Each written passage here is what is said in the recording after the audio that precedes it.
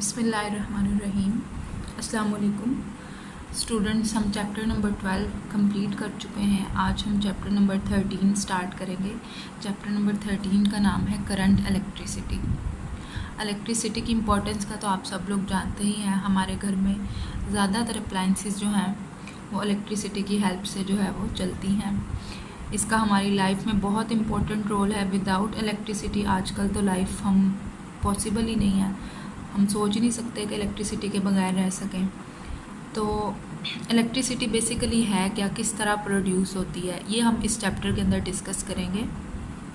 तो जो current electricity है, इसकी अपनी जो डेफिनेशन है वो कुछ इस तरह से है। It is the branch of physics in which we study the charges in motion.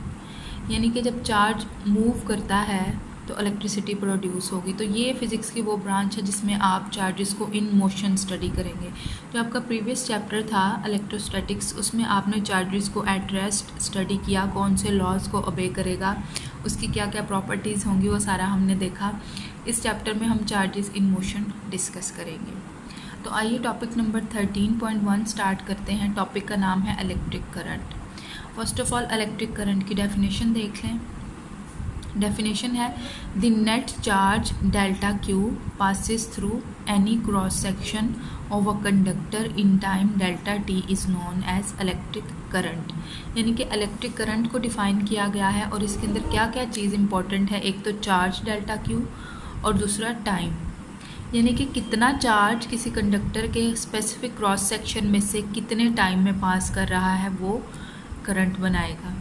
तो मैथमेटिकली जो करंट है उसको आप किस तरह से लिखेंगे, current is equal to delta Q over delta T.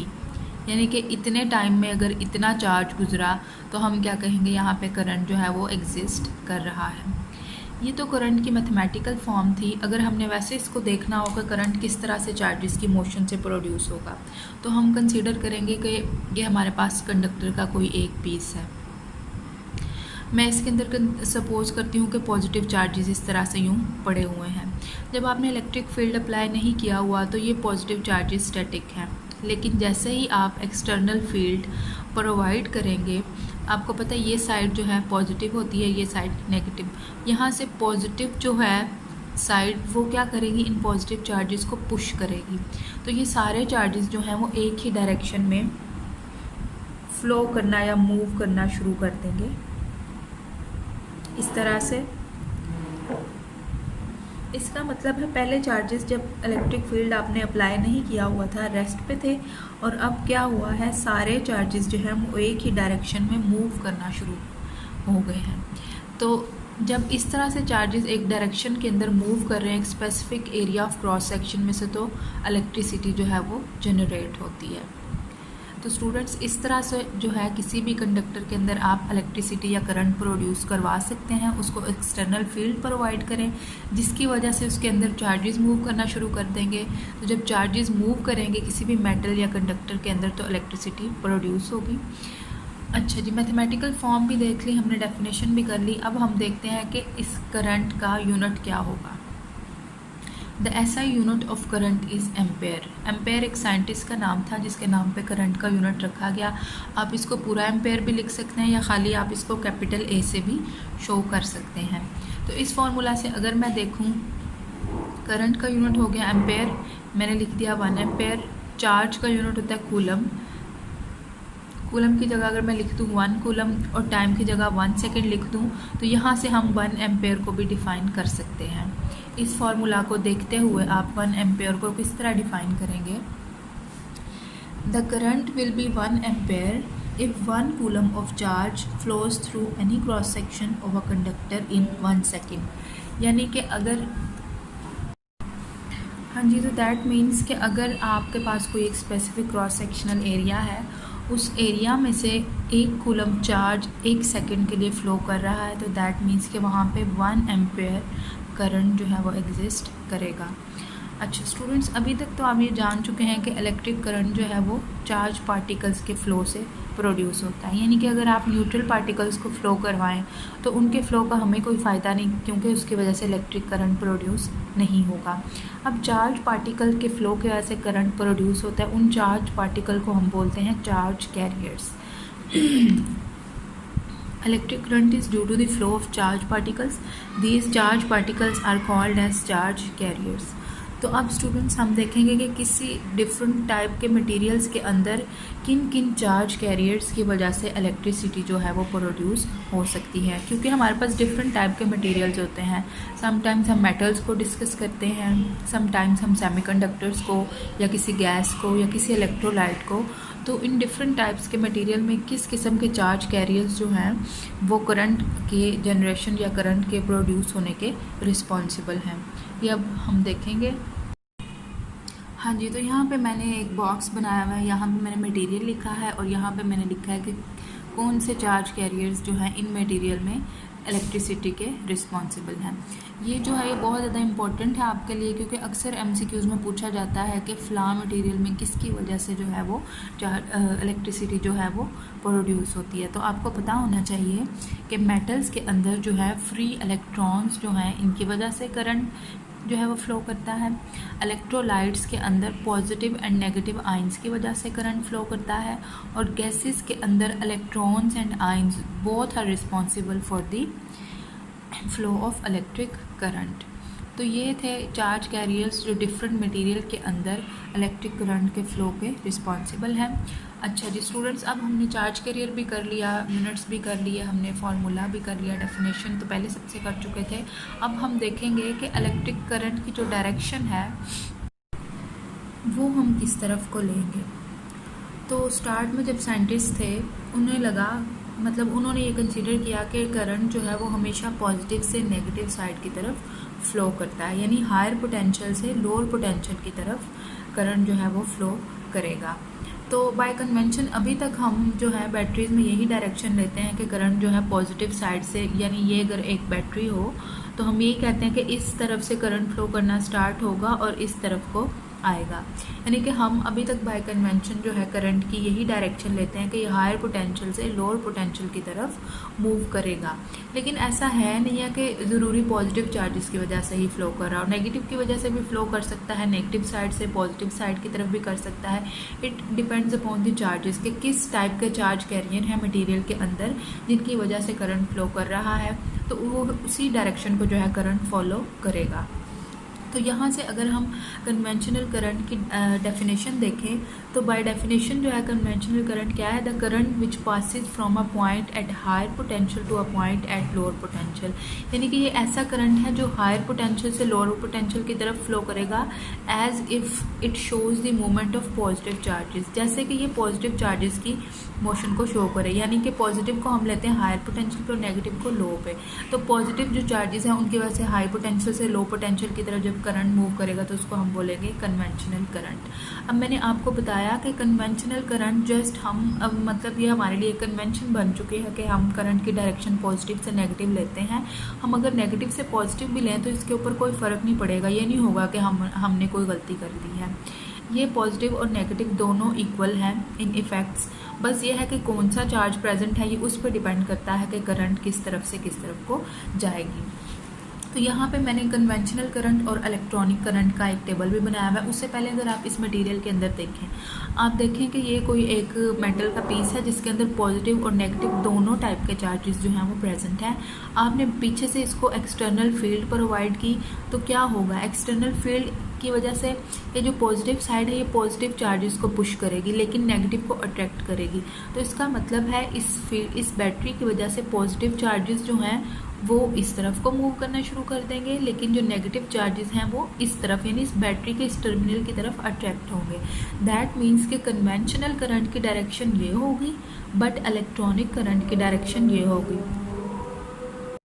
तो इसका मतलब हुआ कि इसकी इलेक्ट्रॉनिक करंट और कन्वेंशनल करंट की सिर्फ डायरेक्शन चेंज है कि इलेक्ट्रॉनिक करंट इस तरफ फ्लो कर रहा है और कन्वेंशनल करंट जो है वो इस तरफ फ्लो कर रहा है. बाकी इन दोनों में कोई डिफरेंस नहीं है. Electronic due to negative charges की वजह से है और conventional due to positive charges की वजह से है. तो अब ये जो टेबल हमने बनाया हुआ यहाँ पे हमने कन्वेंशनल और इलेक्ट्रॉनिक करंट दोनों की प्रॉपर्टीज़ लिखी हैं कि कौन सा किसकी वजह से फ़्लो करेगा. तो जो कन्वेंशनल करंट है, current due to flow of of positive charges. Conventional current जो है पॉजिटिव चार्जेस के फ्लो की वजह से एग्जिस्ट करता है। It flows from high potential to low potential. ये हाई पोटेंशियल से लो पोटेंशियल की तरफ फ्लो करता है।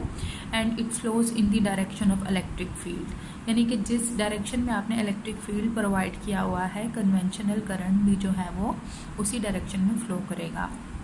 इस पिक्चर में आप देख सकते हैं कि बिल्कुल यहाँ पे जो इलेक्ट्रिक फील्ड हमने अप्लाई किया उसकी डायरेक्शन भी ये है, यहाँ से करंट जा रहा है इस तरफ को यूँ फ्लो कर रहा है, और जो हमने यहाँ पे कन्वेंशनल करंट ऑब्जर्व किया उसकी डायरेक्शन भी यही है, यानी कि वो भी इसी डायरेक्शन में जा रहा है। ठीक हो गया। तो दैट मीन्स के direction of conventional current and electric field जो है वो सेम होगी।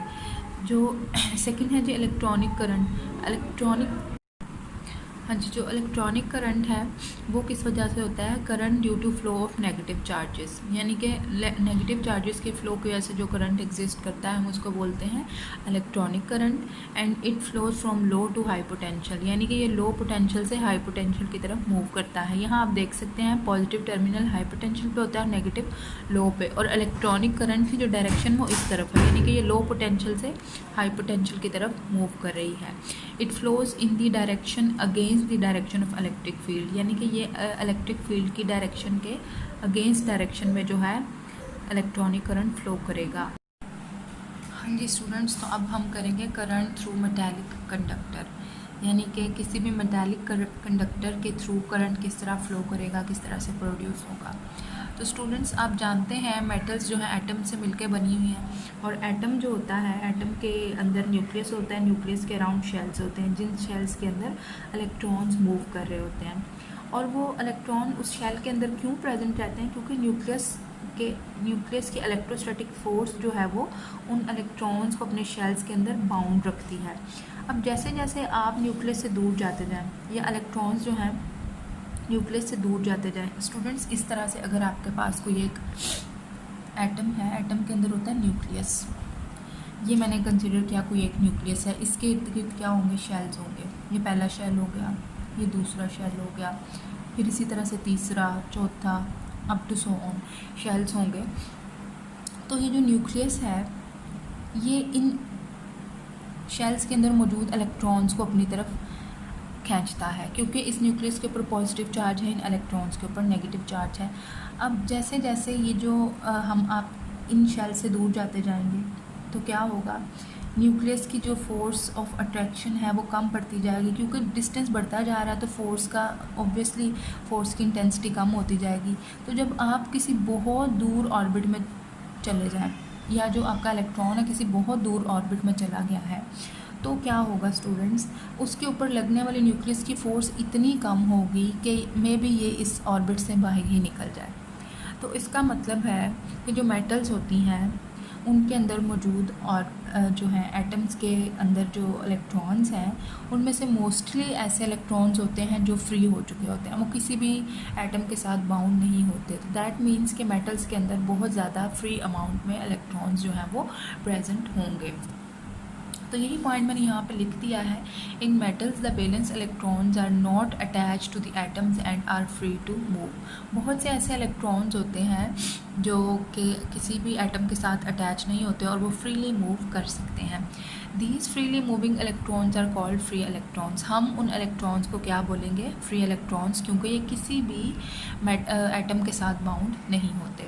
The free electrons are in random motion. अब वो जो फ्री इलेक्ट्रॉन्स हैं वो किस स्टेट में पाए जाते हैं? वो रैंडम मोशन में होते हैं। ऐसे नहीं कि वो स्टैटिक हैं, वो रैंडमली मूव कर रहे होंगे और बहुत ज़्यादा वेलोसिटी के साथ मूव कर रहे होंगे। उनकी वो वेलोसिटी किस वजह से होती है या किसके ऊपर डिपेंड करती है? Their random motion depends upon temperature, यानी कि जितना ज़्यादा टेम्परेचर होगा जहाँ पे वो मेटल पड़ी हुई है उतना ज़्यादा ही उनकी रैंडम मोशन, उतनी ज़्यादा उनकी स्पीड होगी। इनमें कौन को for example iron, silver, copper are these types of metallic conductors, यानी कि आयरन, सिल्वर, कॉपर, ये सारी जो मेटालिक कंडक्टर्स हैं इनके अंदर फ्री इलेक्ट्रॉन्स पाए जाते हैं जो कि रैंडमली मूव कर रहे होते हैं, वो ज़्यादा स्पीड के साथ, और उनकी रैंडम मोशन जो है वो टेम्परेचर के ऊपर डिपेंड कर रही होती है। अब नेक्स्ट मैंने 2 डायग्राम्स बनाई हैं मेटालिक कंडक्टर्स की। इसके अंदर ये जो सर्कल्स हैं ये आइंस को रिप्रेजेंट कर रहे हैं, या आप कह लें पॉजिटिव आइंस को या होल्स को, और ये जो हैं छोटे वाले जो है स्फेरिकल सर्कल्स ये इलेक्ट्रॉन्स को रिप्रेजेंट कर रहे हैं। आप कंसीडर करेंगे ये फ्री इलेक्ट्रॉन्स हैं, ठीक है, क्योंकि मैं अभी बता चुकी हूँ कि मेटल्स के अंदर बहुत ज़्यादा अमाउंट में फ्री इलेक्ट्रॉन्स जो हैं वो प्रेजेंट होते हैं। ये जो फ्री इलेक्ट्रॉन्स हैं अब ये रैंडमली मूव कर रहे होंगे किसी भी डायरेक्शन में। अगर ये वाला इस डायरेक्शन में मूव कर रहा है तो ये वाला इस डायरेक्शन में मूव कर रहा होगा। अगर एक जो है वो ऊपर जा रहा है तो दूसरा नीचे आ रहा होगा उसी स्पीड से। तो इसका मतलब है कि जितना लेफ़्ट साइड पर ये डिस्टेंस कवर कर रहे होते हैं उतना ही राइट साइड पे कोई दूसरा इलेक्ट्रॉन जो है वो डिस्टेंस कवर कर रहा होता है।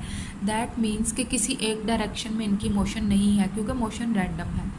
तो उसका मतलब हुआ कि नेट डिस्प्लेसमेंट जो इलेक्ट्रॉन कवर कर रहा है वो ज़ीरो है, क्योंकि जब राइट साइड पे भी उतना ही कवर कर रहा है जितना लेफ़्ट पे, तो नेट डिस्प्लेसमेंट ज़ीरो, जिसकी वजह से यहाँ पे कोई भी करंट जो है वो प्रोड्यूस नहीं होगा। ठीक हो गया। अब आपने क्या करना है, इसी मेटल को उठा के किसी एक्सटर्नल फील्ड के अंदर रखते हैं, यानी कोई आपने वायर्स ली, उन वायर्स के थ्रू आपने एक बैटरी को कनेक्ट किया और इस मेटल को आपने एक्सटर्नल इलेक्ट्रिक फील्ड जो है वो प्रोवाइड कर दी। तो क्या होगा स्टूडेंट्स, तो ये होगा कि ये जो सारे इलेक्ट्रॉन्स हैं इनके ऊपर एक फोर्स लगेगी। आपने इस तरह इसको जो है बैटरी प्रोवाइड की, ये नेगेटिव टर्मिनल है, ये पॉजिटिव टर्मिनल है। नेगेटिव टर्मिनल क्या करेगा, इलेक्ट्रॉन को पुश करेगा टुवर्ड पॉजिटिव। तो क्या होगा, ये सारे इलेक्ट्रॉन्स एक डायरेक्शन के अंदर मूव करना शुरू कर देंगे। अब जो इनकी वो रैंडम मोशन थी वो ख़त्म हो जाएगी, ये एक ही डायरेक्शन में मूव करना शुरू कर देंगे और इनके रास्ते में ये बहुत सारे दूसरे एटम्स या बहुत सारे दूसरे हैवी आयंस जो है आएंगे, इनके साथ ये टकराएंगे। अब जो इनकी वेलोसिटी पहले बहुत ज़्यादा थी, बहुत ज़्यादा नहीं रहेगी, बहुत ये एक मॉडरेट सी वेलोसिटी के साथ मूव करना शुरू कर देंगे। तो हम कहेंगे जब हमने एक्सटर्नल इलेक्ट्रिक फील्ड प्रोवाइड किया तो इलेक्ट्रॉन्स के साथ क्या हुआ, ये एक ही डायरेक्शन में मूव करना शुरू हो गए, एक मॉडरेट वेलोसिटी के साथ, जिसको हम बोलेंगे ड्रिफ्ट वेलोसिटी। तो ये ड्रिफ्ट वेलोसिटी के साथ मूव करना शुरू करते हैं। आपने जो फील्ड अप्लाई किया उसकी डायरेक्शन इस तरफ को थी, लेकिन इसके अंदर जो इलेक्ट्रॉन्स मूव कर रहे हैं वो इस डायरेक्शन में मूव कर रहे हैं। ये इलेक्ट्रॉनिक करंट की डायरेक्शन होगी और ये इस तरह जिस तरफ को मैं अपनी पेंसिल को मूव कर रही हूँ ये कन्वेंशनल करंट की डायरेक्शन होगी। अच्छा, ये मैंने नीचे कुछ पॉइंट्स भी लिख दिए हैं कि absence and presence of external electric field के केस पे क्या होगा मेटल के साथ। जब एक्सटर्नल इलेक्ट्रिक फील्ड प्रेजेंट नहीं था तो क्या हुआ, electron flow from left is equal two electron flow from right. मैंने आपको बताया था कि जितना इलेक्ट्रॉन राइट साइड पर जाएगा उतना ही इलेक्ट्रॉन लेफ़्ट साइड पे मूव करेगा। तो इसका मतलब है उसने जितना डिस्प्लेसमेंट कवर किया नेट डिस्प्लेसमेंट ज़ीरो होगा, जिसकी वजह से net current was zero. Very fast random motion थी इलेक्ट्रॉन्स की, यहाँ पे रैंडम मोशन बहुत फास्ट थी। Thermal motion due to room temperature. अब ये इलेक्ट्रॉन क्यों मूव कर रहे हैं, क्योंकि किसी एक सर्टन टेम्परेचर के ऊपर पड़े हुए हैं। जब इनको वो टेम्परेचर मिलेगा तो ये मूव करना शुरू कर देंगे। तो इनकी रैंडम मोशन जो है वो रूम टेम्परेचर की वजह से है। तो हम क्या बोलेंगे, जब एक्सटर्नल फील्ड आपने नहीं अप्लाई किया हुआ तो इन इलेक्ट्रॉन्स की मोशन को हम बोलेंगे थर्मल मोशन। ठीक हो गया जी। Velocity up to several 100 kilometres per second, यानी कि इन इलेक्ट्रॉन्स की एक्सटर्नल फील्ड की एब्सेंस में up to several 100 kilometres per second की वेलोसिटी के साथ ये इलेक्ट्रॉन्स जो है ये मूव कर रहे होते हैं।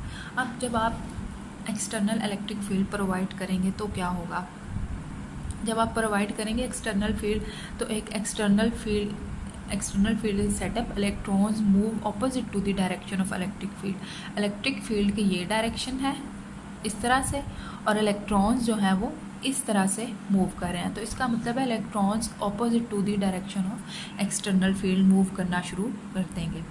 Electrons collide excessively with the lattice atoms thus acquire drift velocity. जब इलेक्ट्रॉन्स ये मूव कर रहे हैं, अब अगर इनके रास्ते में कोई ना आए तो ये बहुत ज़्यादा वेलोसिटी एक्वायर करेंगे, लेकिन चूँकि इनके रास्ते में लैटिस एटम्स दूसरे मौजूद हैं तो क्या होगा, ये इलेक्ट्रॉन्स जो हैं एक ड्रिफ्ट वेलोसिटी को एक्वायर करेंगे जो कि उनकी रैंडम मोशन वाली वेलोसिटी से कम होगी। तो हम कहेंगे जब हमने एक्सटर्नल फील्ड प्रोवाइड की तो जो अंदर मौजूद फ्री इलेक्ट्रॉन्स थे ये अब ड्रिफ्टिंग मोशन में आ गए हैं। ये मैंने लिख दिया। The magnitude of drift velocity is 10⁻³ metre per second. इस जो ड्रिफ्ट वेलोसिटी है इसका मैग्नीट्यूड क्या है 10⁻³ मीटर पर सेकंड। यहाँ मैंने ड्रिफ्ट वेलोसिटी को डिफाइन नहीं किया, वो मैं नेक्स्ट पेज पे आपको बताती हूँ कि ड्रिफ्ट वेलोसिटी की डेफिनेशन क्या होगी।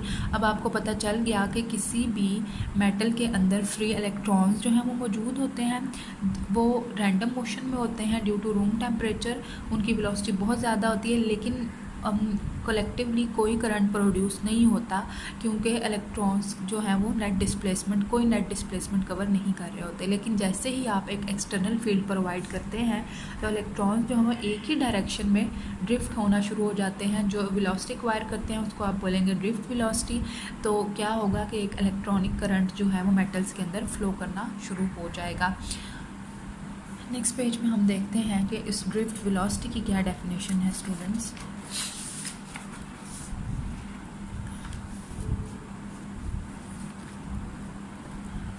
ड्रिफ्ट वेलोसिटी क्या है? The average velocity of electrons in the presence of electric field is called as drift velocity. Very easy, आपने कहना है कि एक्सटर्नल इलेक्ट्रिक फील्ड की मौजूदगी में इलेक्ट्रॉन्स की जो एवरेज स्पीड होगी उसको आप क्या बोलेंगे, ये क्या है, ड्रिफ्ट वेलोसिटी है।